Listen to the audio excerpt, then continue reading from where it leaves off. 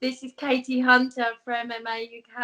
I'm here with UFC fighter Modestas Bukauskas. Modestas, how does that sound? Yeah, it sounds like a long time coming, and finally the dream has become reality. So, yeah, obviously very excited, very happy, but at the same time, it's what we've been working towards for God knows how many years. Yeah.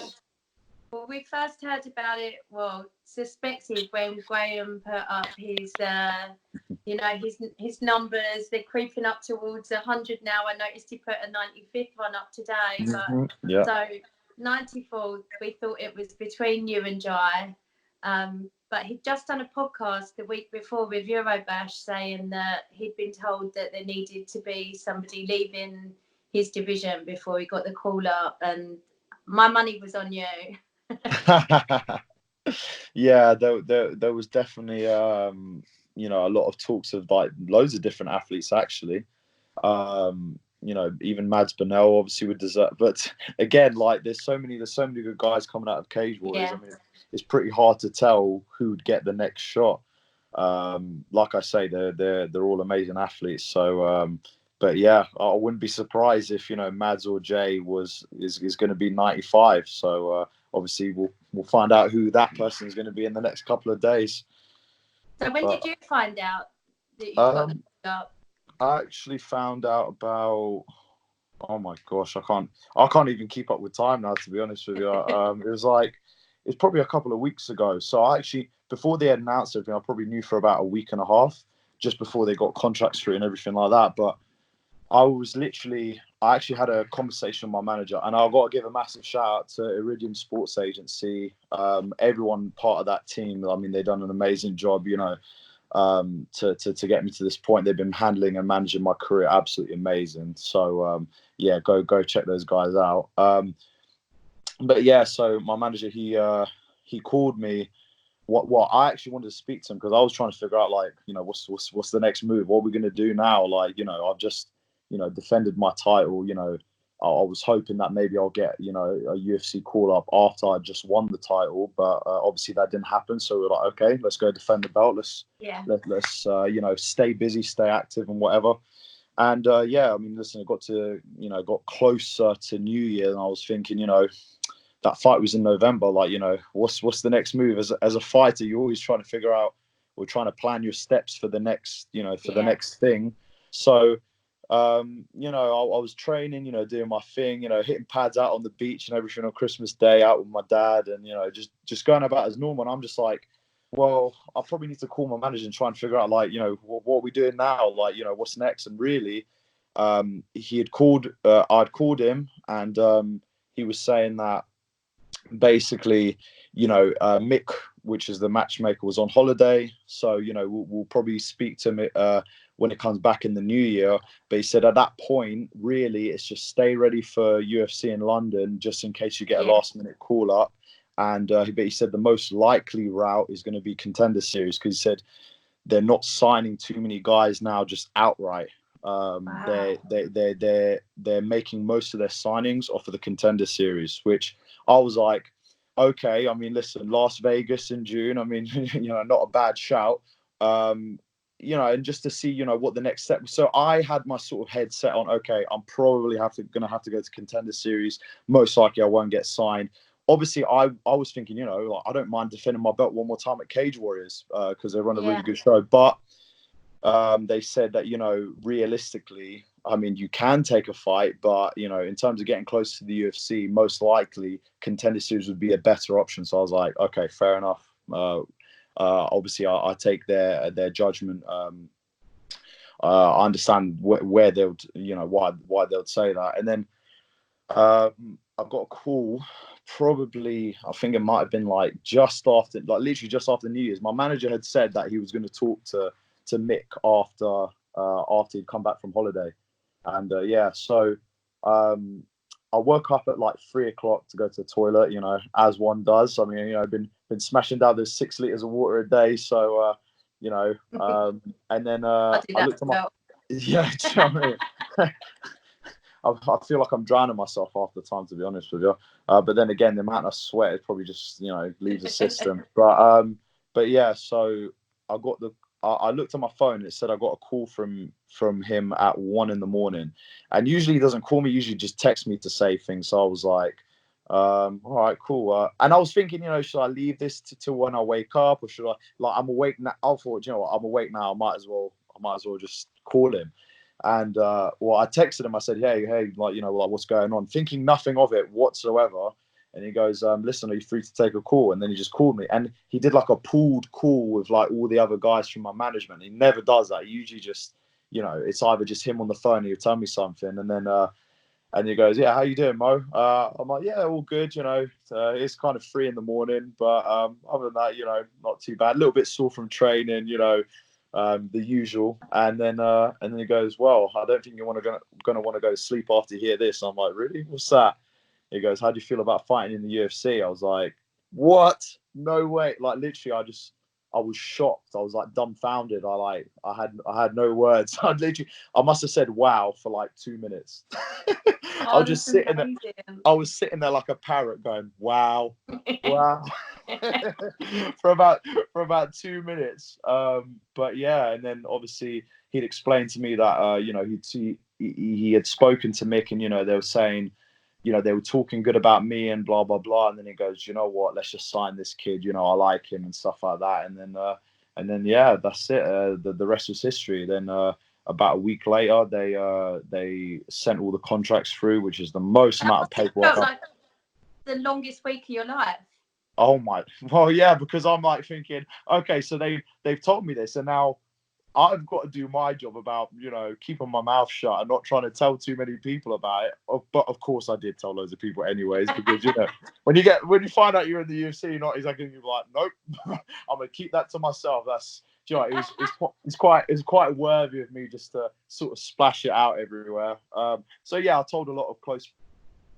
Listen, my dad was awake in the morning at that time as well. Like, weirdly enough, he woke up in the morning. He was grabbing a coffee and everything. I'm like, Dad, you all right there? What? You can't sleep? Like, what's going on? Early risers. Yeah. And then yeah, I told my dad he had the biggest smile ever. Like, literally, he had a smile like a Cheshire cat from ear to ear. And again, it was like literally just no words really. Do you know what I mean? And then and he's literally I've not seen him this happy in a while. So it's yeah, it was quite a crazy couple of weeks. But then when they sent the contracts through and this and that, even then when I signed the contract, I was like, can I tell them now? Like, when have we announced it? And then yeah, I was on the way to boxing one day, and yeah, that's when they finally my marketing manager finally said, yeah, go ahead, let him know. First one to write it. So yeah, and that's it. Amazing. And what was it like telling your dad? Because he's not just your dad, is he? He's your coach as well. Yeah. Do you know what? Like, a lot of people, I mean, obviously, don't get me wrong, it's a bloody amazing thing. Like, like, but it's not exactly like a shock. Like, when a lot of people get told like some really amazing news or whatever, it's usually like, oh my gosh, you must have been so, like, of course there's excitement and like you sort of, I felt like a little bit of tingles. I'm like, is this like real? Like, slapping my face a little bit, like what's going on? But this is what we've been working towards like for so many years. I had to go from the bottom. I climbed to the top of the mountain, then got dropped down to the bottom. I had to climb back up it again. I had an amazing 2019. So really, we know from our training, from the skill set and everything like that, like, he's seen me in training, he's seen me in fights, he's like, I know he's ready for this level. So it's just a case of now he just got to be given his opportunity. So it almost, like, it felt sort of very like a natural progression. It's like, this is exactly what we sort of expected, that this is what we wanted to happen. Yeah. So it's like, of course we're like happy and like this is like a dream come true, but at the same time now we're like, well, the work still keeps on going, the training still keeps going. We're just now fighting in front of a world stage with a bigger stadium and with the UFC gloves on. So at the same time now it's about creating the legacy. So I think for him, obviously as a coach, it's amazing when your son finally makes it to the big time.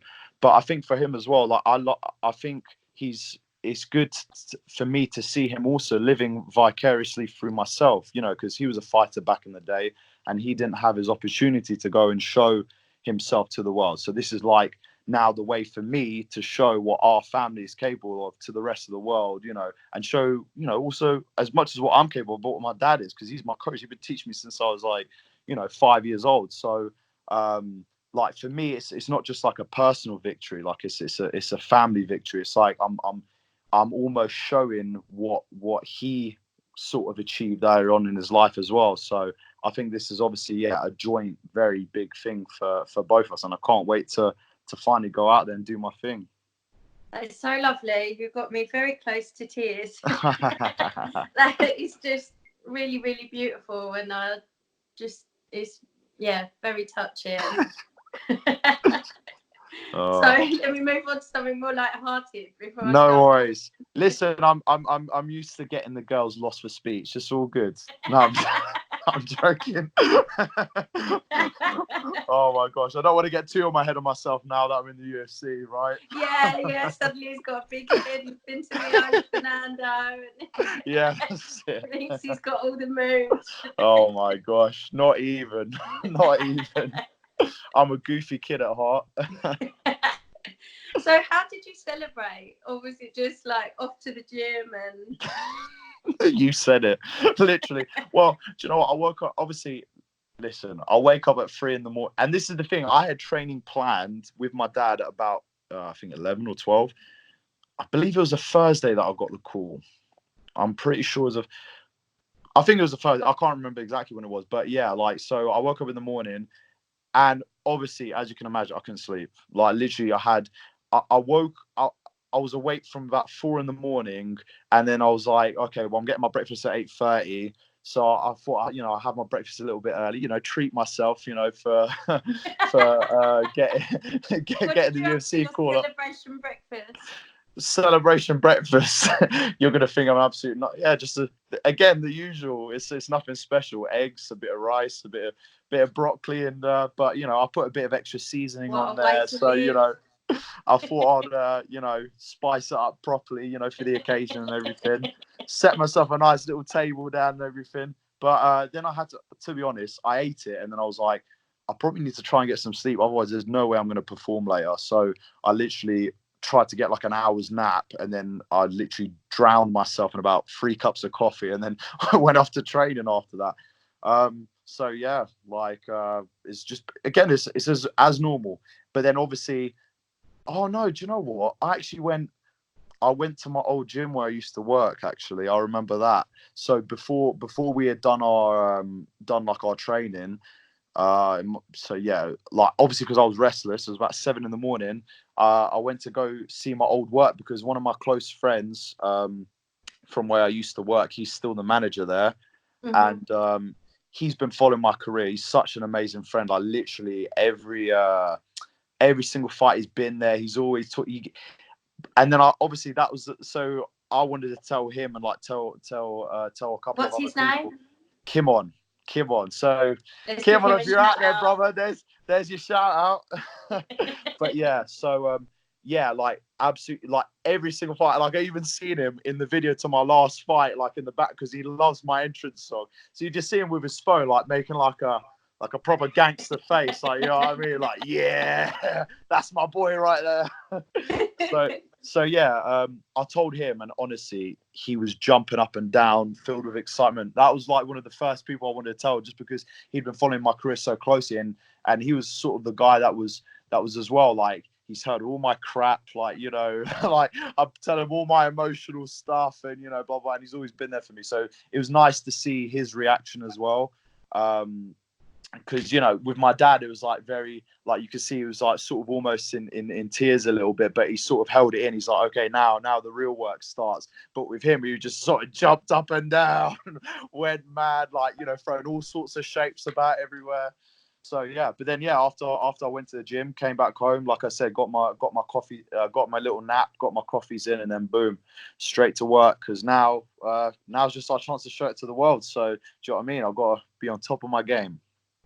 So, do we know if it's UFC London for you yet, or you don't know yet? Probably not, from what I know. From what I've been told, I'll probably fight a little bit later. And also, I'm not sure about like I think you have to be in the drug testing pool for a little bit. Like I just got drug tested the other day actually, and it's like literally Tell me about that. What happened? When they say random, like it is literally just the most random. And the thing is, because I have to obviously give him like my schedule, and I change it up just for that particular day. Like I don't normally go to Brixton for boxing sparring. I usually do other things, and that was just like the one-off sort of thing. And like, listen, I train in Hammersmith, I train in Mill Hill, I train, at my house. So I'm like thinking these are sort of a bit like, nicer areas for you lot. they chose Brixton of all places. But the one-off time that I go there and I see a guy in like smartly dressed and everything, goes, "Oh, you Modestas?" It's like, "Oh yeah, I'm from USADA," and then this and that. I was like, "Oh, okay," because I was expecting it. I'm like, surely, I've signed it for quite a while now, and like I'm wondering like when are they actually going to do all that? So yeah, you go, and the thing is, it's very professional. Obviously they have to take all the precautions. They have to make me take the cups and open it myself and this and that.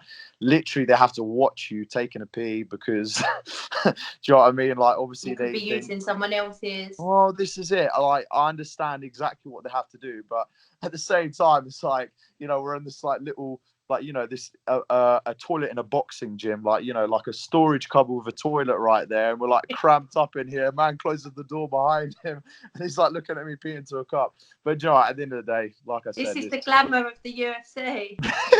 This is what I can get excited for. Yeah, this is what it's all about. So yeah, no. They do blood tests as well, or just urine? Yeah, they do. At the time, I couldn't get it done just because. Literally, I came late as well because the trains were running funny. So I literally had to do that, then go and do boxing sparring, and then sign all the relevant paperwork to say that I'd done it. So they just wait around today? Yeah, literally just waited around the whole time. Like I think I finished up there probably about 9:45, 10 o'clock. The guy was still there, like waiting for me to sign all. Again, I think they do it really well. The guy was really nice, very professional. So, you got to give them credit. UFC are doing the right thing. I'm so happy that they're doing all this stuff because, you've got to keep the sport clean. You've got to, they've got to make sure they take every precaution possible. Yeah. But yeah, so that was the whole experience of USADA for the first one. Obviously, I've still yet to get blood tests. So, when that experience runs through, then obviously I'll have more stories to tell. And you made sure they showed you their credentials, right? Oh yeah, no, it's just not just some random guy coming up and being Did you hear that story? I can't remember who that happened to. One of the UFC fighters, somebody knocked on his door and took his bloods and wee, and turned out to not be USADA. Oh my lord! Oh my lord! I was just gonna say, thank God I looked at his badge and then I saw like all this stuff because I would not want that to happen to me. Like, who's this guy? Like, do you know what I mean? Who's walking around with my blood? Yeah, he's got my pee in a cup. Like, oh my gosh! So I can't. That must have been quite a scary thought though for that person. Do you know what I mean? Like some random guy's got your bodily fluids. Like, what's this? What are they gonna do with it? Like. Oh my lord! It is concerning. That is weird. What is the world like these days, though? So, do you have any idea when it is then? If it's going to be after March, is it 6 months you've got to be in the testing pool, or is it 4 months?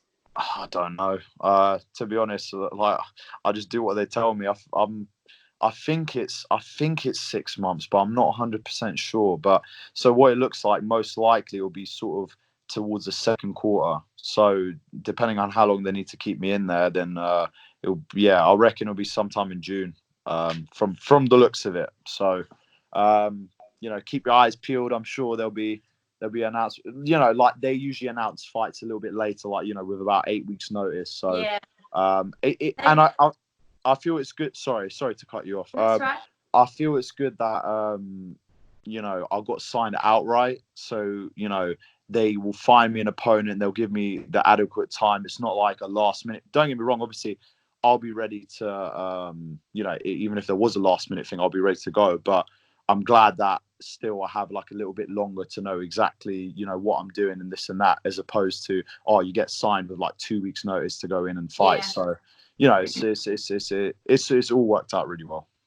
I know Brad Pickett said that was the way he wanted Nathaniel Wood to go to the UFC as well. So you've got time to prepare for your opponent. If you've got to do, you know, like a cut, like you've got the right amount of time to get the weight off and stuff. So, yeah, I'm sure when people, you know, are desperate to get to the UFC, they'll take those last minute fights, but it can be quite brutal even to make the weight, and you want to impress on your first performance. Oh yeah, 100%. Sometimes it's quite exciting. Like, let's say you get a high profile fight that they need someone straight away, especially, you know, in some of the, like, you know, European countries for European fighters. Like, you know, if something pops up, I mean, that's, but at the same time, like, I feel like, yeah, obviously you'll only take the fight if you feel you're ready skill set wise as well, which is why you know, I've been trying to stay around, you know, sort of the weight to start cutting and everything anyways. But like, I've done a better job of that. I've not been creeping around the Costco bakery aisle as often as I used to. But yeah, like, I feel like obviously at this point in my career, I felt like I was ready for the UFC, you know, even 2 fights ago. So, Yeah. I think obviously you'd only want to take those fights unless you feel like I'm ready to compete with the highest and with the best in the world. Like, you know, I feel like I'd want to compete with the guys in the top 15 already, and that's how you got to be. Your mindset's got to be strong when you're coming into these fights. So yeah, I hold that mindset all the time. But yeah, I do agree with you. Some people may take it a bit earlier than when they would expect, just because, oh yeah, there's a massive opportunity here. Yeah, he's right in saying, like, you know, it's great that we got the signing outright, which is exactly what we wanted. That means they really, you know, they really wanted you to be on their roster, not just, oh, let's fill in the spot. You know what I mean? So in that sense, I guess I feel that's quite prestigious in a way. You know what I mean? Getting called up that way. Definitely. It's so nice for me as well to speak to someone like just about the most exciting thing that's probably ever happened to you. Like, whenever I speak to people, they're at all different points in their career. They could be coming off of losses and not sure whether they want to carry on. And you spoke earlier about climbing that mountain, feeling like you went back to the bottom of the mountain and climbing again. It's like a real inspirational story for people not to give up if they really believe in themselves and their abilities. Well, I mean, I've got to give a massive shout out to my family. I mean, and there's friends that I call family, because, you know, when you're in those dark times, you know, you need people around you. I mean, obviously, you know, I've been through. I mean, I know other fighters have been through crazy stuff as well. But like you said, everyone's got their own, like, unique little stories. But, you know, there was a point where I felt like, you know, why is this all happening to me? You know, especially when I had 2 losses in a row. I just finished training with John Jones. I felt like, you know, like I'm on the top of the world. Like, I've had such amazing experiences. I feel like there should be nothing that can stop me. And then you get 2 losses in a row. You know, then you get injured. You know, split up with your girlfriend, lose a sponsor, no money, no. Do you know what I mean? Have a busted leg, so no operation. Do you know what I mean? There was a lot of there's a lot of things that, but I think that is all needed for me to get, like, even my dad always says now when we're speaking and, like, you know, talking about the future, he said, if it wasn't for those experiences, I wouldn't have changed certain things in my training. I wouldn't have changed certain things. It's made me much more mentally tough, like, to overcome those situations, and step into the cage. Like, it's made me see things a lot differently. So I've, you know, but without my loving friends and family, I really wouldn't have got through that, because, you know, there's times where you're sitting in your room, you're crying, you're thinking, like, you know, why the hell is this happening to me? You know, me being religious, I'm thinking, you know, why does God want this for me? Like, surely this is not the path that I'm supposed to be taking. There's all loads of questions that go in your head, like, you're thinking, you know, why is this all happening? But then, you know, like, guys like my dad always come in there, he'll tell me, like, Modestas, you're going to be a champion, like, believe me, like, you got the skills. And if it wasn't for his belief either, like, you know, I don't think I would even believe in myself, like, you know. But then obviously you go to training, you make those victories, and then you keep pulling through. But yeah, if you've got loving friends and family, you know, and you've got a strong mind, and you just keep believing even when things are bad, you know, anything is possible. So yeah, and then it's just a testament to hard work, like constantly putting myself in bad situations, like in training. Oh my Lord, the amount of Shark Tanks I've done, the amount of, and it's not about to stop. Like, it's not about to stop. Yeah, like I will go to jiu-jitsu and get submitted a million times. I'll go to sparring sessions and feel like I've not done so well. But these are all situations that you need in order to learn, adapt, grow, and then yeah, go out and perform. I think really when it comes to fight day, once you've made all those necessary adjustments in training, it's all how you deal with it mentally. And I think those particular situations that I've been putting myself in, that's what helps me on the day to mentally be able to put myself in a state of where I feel like I'm untouchable. And then it's a case of literally, as Israel Adesanya said, like, listen, I'm prepared to die. Like, when you go out there, I mean, I'm not sure. I'm pretty sure every other fight feels the same. But I'm literally, when I go out there, I'm like, in my last fight, especially, I said in my head, I'm like, I'm ready to die right now. I don't care if I'm like literally just flatline right now. So, you know, and then that's what gives you that extra edge, and that extra adrenaline sort of kicks up for you. So yeah, so I love this fight game. It's a crazy game, but you know, you can call me, you know, you can call us as much as nutters as possible, but it's definitely the best adrenaline rush you can get. You don't need to, you know, pay for drugs to get this kind of thing. Just step into a cage half naked, then you get the adrenaline rush. I'm so happy for you, Modestas. It couldn't happen to a nicer guy. It really couldn't. And oh, thank you so much, I've also Katie. thought that you've been ready for a while. I know Graham has, all your Cage Warriors family. Know that you're ready, more than ready. So I'm gutted that you're not going to be on the London card, but I'm hoping to be whatever card that is that you're on. I know maybe you'll end up on the Conor McGregor card at Wembley Stadium. Who knows? Do you know what I mean? All things are possible. All things are possible. So we'll see what happens. We'll see what management come up with, and yeah, obviously you lot will be seeing much more of me in the future. Can't wait. Thank you so much for your time, Modestas. Thank you so much for Thank having you, me, everyone, Katie. for watching. Oh, pleasure as always. Thank you so much for having me. It's been amazing chatting to you. Always have a good time. And yeah, catch everyone soon. Awesome. Thank you so much. Nice one. Take care, darling. All right. Bye-bye. Bye-bye.